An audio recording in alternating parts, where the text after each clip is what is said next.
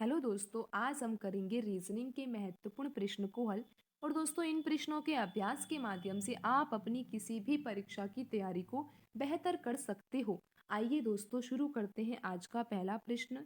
दोस्तों, यहाँ पर प्रश्न में दिया हुआ है कि दी गई श्रृंखला में अगली संख्या क्या होगी।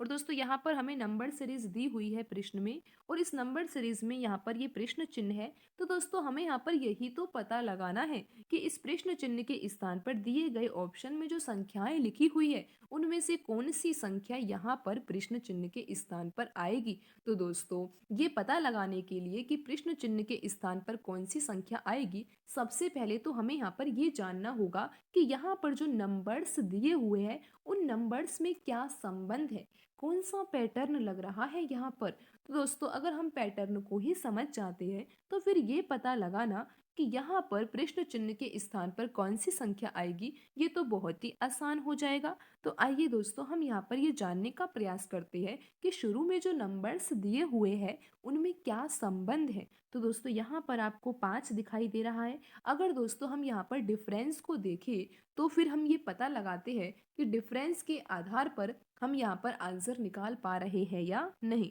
तो दोस्तों, 5 और 6 में तो 1 का डिफरेंस है, फिर 6 और 7 में 1 का डिफरेंस है, 7 और 8 में 1 का डिफरेंस है, 8 और 10 में 2 का डिफरेंस है, 10 और 11 में 1 का डिफरेंस है, 11 और 14 में 3 का डिफरेंस है। तो दोस्तों, ये डिफरेंस तो कुछ समझ में नहीं आ रहा, क्योंकि डिफरेंस में भी तो पैटर्न लगना चाहिए ना। यहाँ पर कोई भी पैटर्न नहीं लग रहा है। तो दोस्तों, अब हमें दूसरे तरीके से सोचना चाहिए।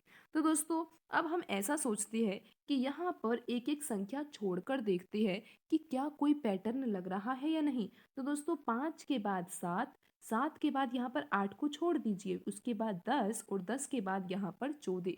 तो दोस्तों, इन संख्याओं के बीच में हम अंतर निकालने का प्रयास करते हैं और फिर देखते हैं कि यहाँ पर जो अंतर आएगा उसमें कोई पैटर्न लग रहा है या नहीं। तो दोस्तों, यहाँ पर 5 और 7 के बीच में 2 का अंतर है, 7 और 10 के बीच में 3 का अंतर है, 10 और 14 के बीच में 4 का अंतर है। दोस्तों, यहाँ पर तो पैटर्न लग रहा है। और आप देख ही सकते हो दोस्तों कि जो पैटर्न है वो इस तरह से लग रहा है कि पहले 2, फिर 3 और फिर 4। तो आइए दोस्तों, अब हम यहाँ पर जो बीच में हमने अंक छोड़े थे उनमें भी देख लेते हैं कि कौन सा पैटर्न लग रहा है। तो दोस्तों, यहाँ पर 6 है, फिर 8, 10 को छोड़ दीजिए दोस्तों, 10 के बाद यहाँ पर आएगा 11 और 11 के बाद 14 को छोड़ देने के बाद यहाँ पर है प्रश्न चिन्ह। तो दोस्तों, आप यहाँ पर देखिए कि 6 और 8 में कितने का अंतर है, 2 का अंतर है।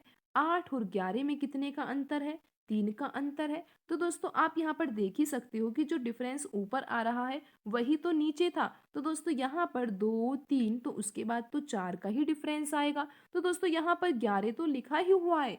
तो अब आप ये पता लगा सकते हो कि यहाँ पर मिसिंग नंबर के स्थान पर कौन सी संख्या आएगी। तो दोस्तों, अगर 11 में 4 जोड़ दिया जाता है तो यहाँ पर क्या आएगा, 15 आएगा। दोस्तों, यहाँ पर 15 होगा, तभी तो 11 और 15 में डिफरेंस कितना आएगा, 4 का आएगा। तो दोस्तों, आप यहाँ पर समझ गए होंगे कि मिसिंग नंबर के स्थान पर कौन सी संख्या आएगी। दोस्तों, 15 आएगी। और आप ये देख सकते हो कि जो ऑप्शन सी है उसमें 15 ही लिखा हुआ है। तो यहाँ पर जो आंसर होगा वो ऑप्शन सी होगा। दोस्तों, आज की वीडियो में इतना ही।